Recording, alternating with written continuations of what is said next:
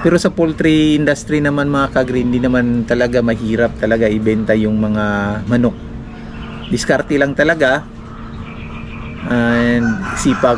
Ayan. So para sa akin mga ka-agri, pinaka main talaga kung papasok tayo dito, palagi kong sinasabi kina Warlito yung talagang force structure.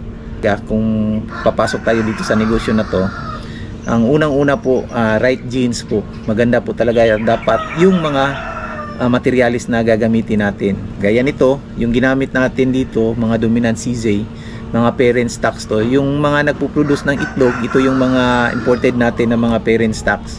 So, kumbaga, resistant pa talaga sila sa sakit. Tapos yung productivity nila matataas pa.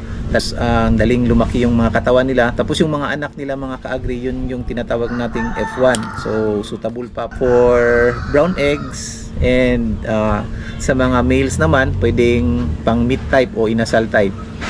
So resistant pa rin sa sakit, hindi talaga sila sakitin kumpara sa kung bibili tayo ng kahit saan-saan na mga materialis mga ka-agri. So hindi na natin ma-trace yung origin.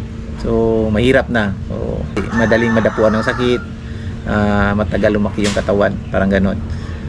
So ayun, right genes, dapat genetically inclined yung mga materialis na ginagamit natin. Tapos yun, shelter, napaka-importante po talaga na may pabahay tayo kung papasok tayo sa ganitong klase ng negosyo mga ka-agri. Kasi sa nakikita ko mga ka-agri, hindi maganda talaga na walang shelter itong mga manok.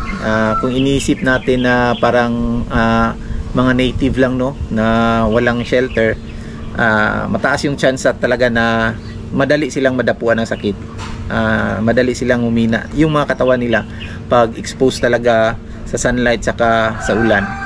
So mas sa nakikita namin ni Warlito, mas talaga, mas madali talaga silang palakihin pag may magandang shelter, no, pabahay natin. So hindi naman dapat na mamahalin yung mga materialis na gagamitin natin, basta lang may masisilungan yung mga alaga natin tuwing umulan, tsaka kung talagang grabe yung init.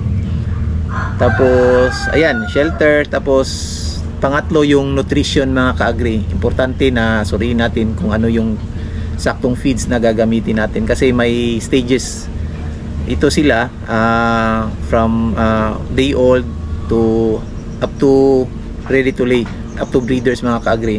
So iba't ibang stage, iba't ibang feeds na gagamitin natin. So dapat marunong tayo kung ano yung mga feeds na dapat gagamitin natin.